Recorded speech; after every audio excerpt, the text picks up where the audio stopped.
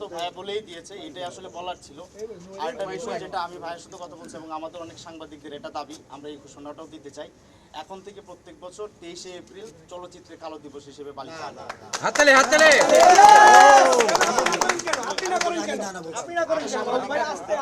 ঠিক আছে, এটা আমরা আলোচনা করে দিয়েছি। যদি এখানে চলচ্চিত্রের অন্য কারোর সমস্যা বা আপত্তি থাকে তাহলে এটা শুধু শিল্পী সমিতির নামে যাবে। তবে এটা চলচ্চিত্রের জন্য একটা কালো দিবস। কারণ এখন পর্যন্ত চলচ্চিত্রের অন্য কোনো সংগঠন আমাদের পাশে এসে দাঁড়ায়নি, আমাদেরকে নিয়ে কোনো বিবৃতি দেয়নি। সুতরাং এটা চলচ্চিত্র সবার আমরা দিয়েছি, কিন্তু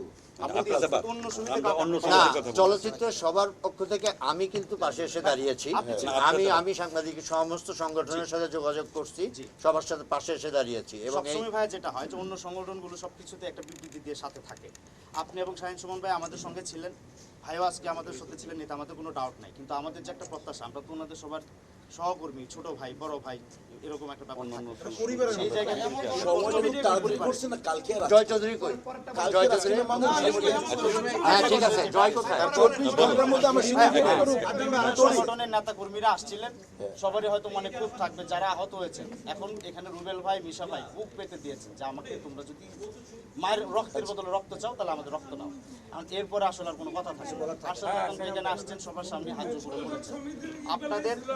আপনাদের কারোর যদি কোনো মনে ক্ষোভ থাকে সাংবাদিক ভাইদের প্রতি, আপনারা আমাদের সবার দিকে চেয়ে এই বিষয়টা এখানে হয়ে যাবে। আর এখানে রোগীর যারা আহত হয়েছেন তাদের ক্ষতিপূরণ দেওয়া হবে, যাদের ইনস্ট্রুমেন্টস নষ্ট হয়েছে এটা ভাইয়ের নিজে দায়িত্ব নিয়েছেন। আমরা ওনার সঙ্গে এটা সমন্বয় করে যত দ্রুত দিনের মধ্যে সম্ভব আমরা এটা একটা সমাধান দেব।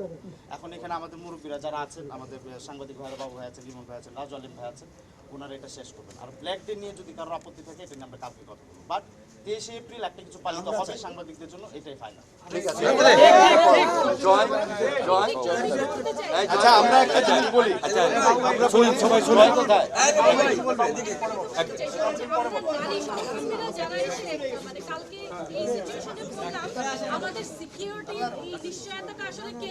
এই সিকিউরিটি নিশ্চয়তা নিয়ে এফডিসির সাথে কথা হচ্ছে, আমরা এই ব্যবস্থাটা নিব। আপা একটু ব্যাক, একটু ব্যাক।